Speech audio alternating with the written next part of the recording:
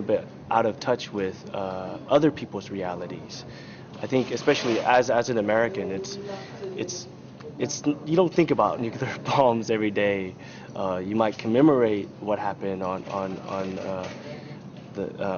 August 6th and August 9th, 1945, but it's not something that is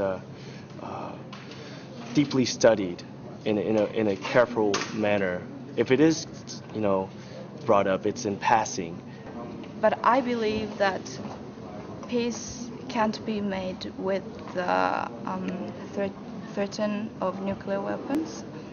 And those people who still, make nuclear weapons and hydrogen bombs are not sanity. I mean, I believe they are not doing the right thing. I was in Kyoto and I got to hear an 80-year-old hibakusha story in her home.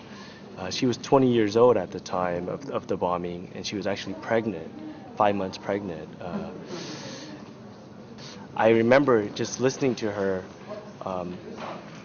speak about her experience, and being torn inside myself, where there was a part of me that really wanted to get up and walk out because it was too painful to just, to listen to. Granted that this is the last generation of Japanese hibakusha. Unfortunately, I feel like for humans, that's what it takes to actually meet somebody who lived the experience. We need to think about what is peace. I mean, what the peace is, and it has to be studied in the family, and it also has to be done in schools and other, like in society, because if we don't like ourselves, we can't really love others.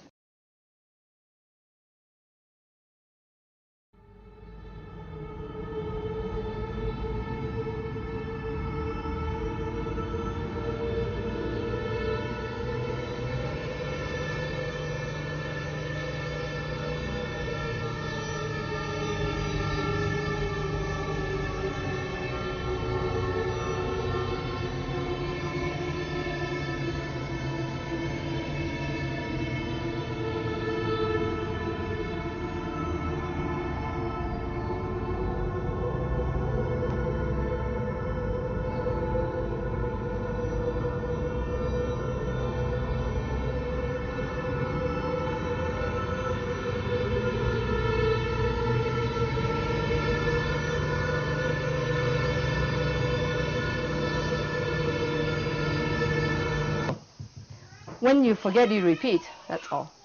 When human forgets something, we repeat. So if we keep the memory, then we will not repeat it. It's so important. And they are getting old. All the hibakusha is like 70s and 80s, and they are dying every year, every day. So it's important our younger generation of Japan and Korea, China. There are many hibakusha around the world, not just Japan.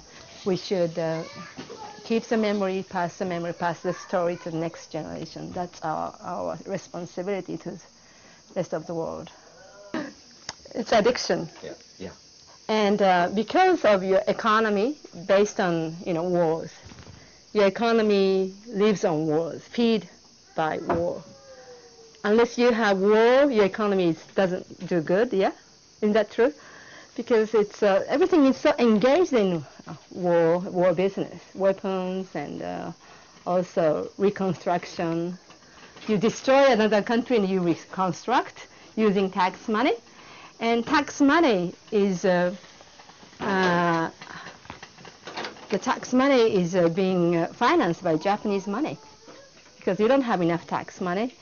You issue the government bond, and we are the main buyers in the world.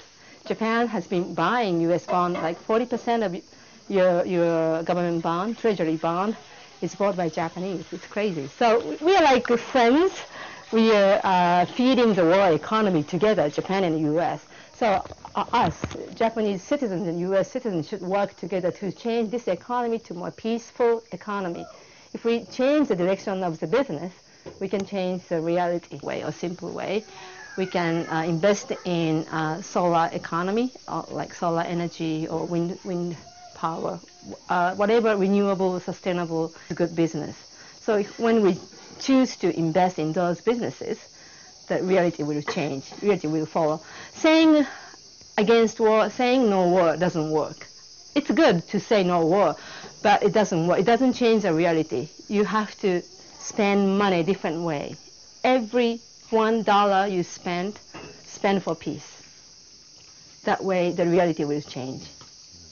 So that's something I've been trying to work here and also in the United States.